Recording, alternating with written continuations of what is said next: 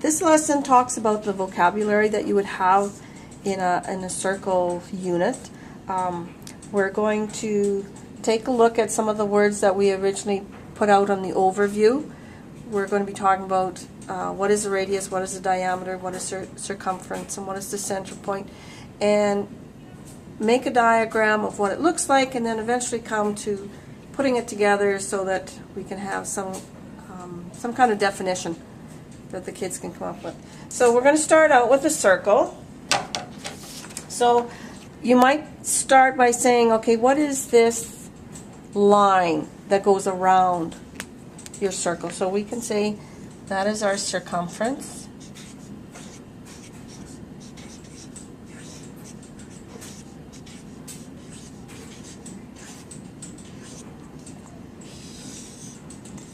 And it goes all the way around. This is really good for visual learners that you might have in your classroom. So if I take the same size circle and I fold it in half,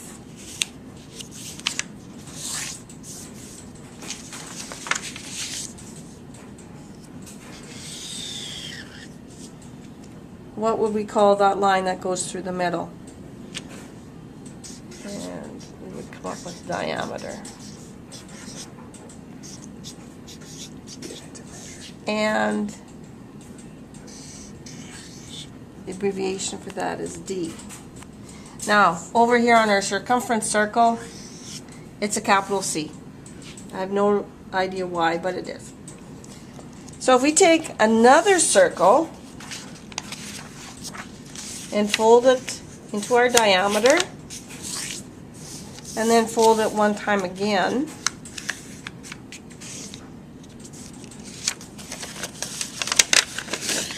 you can have a few different definitions coming out here. So where my two lines intersect, I would have a point. We could call that my center point.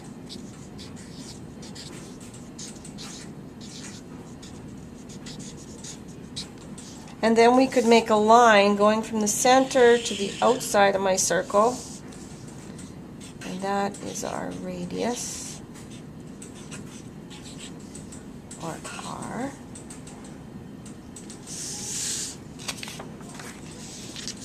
I could do the same thing again, so fold it in half for my diameter, and once more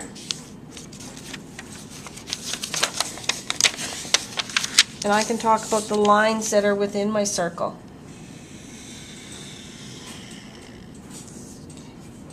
And we can go and use background knowledge that the students should have. These are intersecting lines.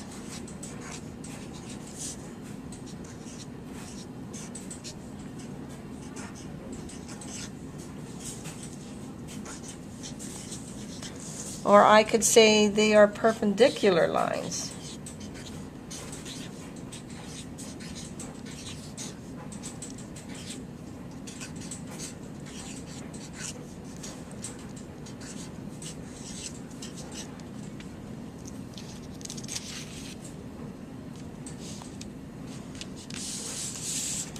Now, I could also say, okay, I'm not going to fold it along the center line. I'm going to fold it anywhere within the circle, and the line that stretches from one side to the other is now called a chord.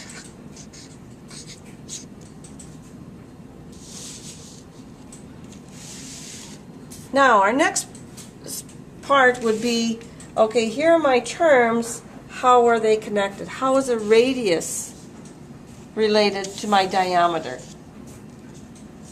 Can I see anything at this point in time connecting the radius to the circumference? Probably not, but we will get to there. Okay? Now, once we've got these done, what we could do is make yourself a graphic organizer.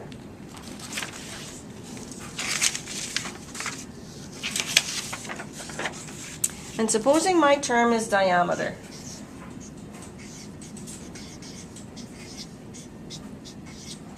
Now I can section off a piece of note paper or big paper like this in this area, I'm going to make diagrams to show what diameter is. Over here, I'm going to put maybe brainstormed ideas from the class of descriptions of what diameter is. So on this side, I could have circles of different sizes. I can have my diameter going horizontal. I can have it vertical. I can have it going sideways. Now, some ideas that we might have if we went back to this diagram, we could say it's intersecting lines.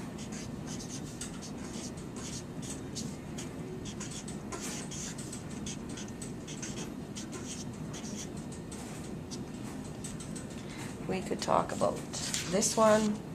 It's a line that goes through the middle, or we could even put the center point in there.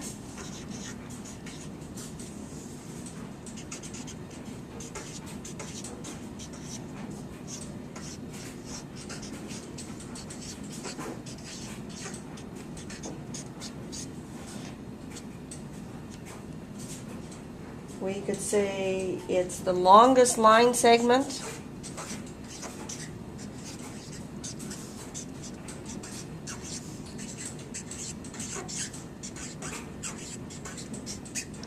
If we took our radius picture, we could say, well, 2 times the radius will give me the diameter.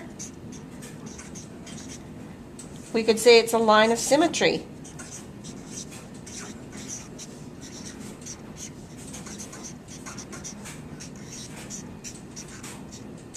And that both sides of the circle are mirror images of each other.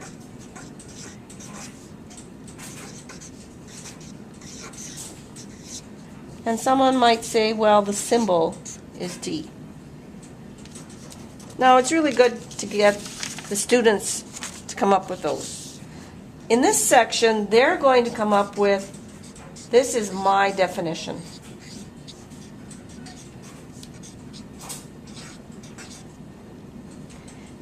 And then our last one would be, this is my question about diameter.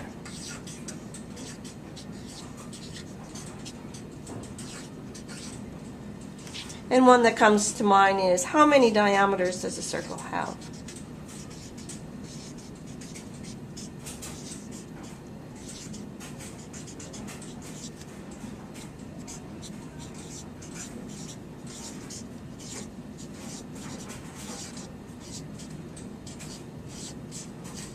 And you can have the students take these questions and then have discussion.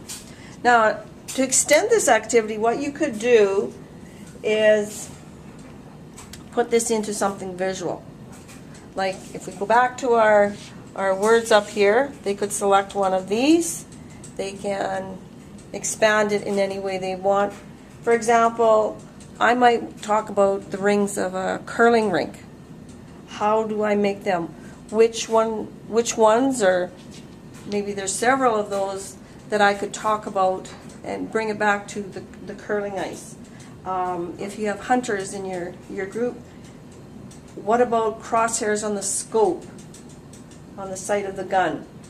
Could we talk about these terms there? Can kids take a pizza and talk about the different terms?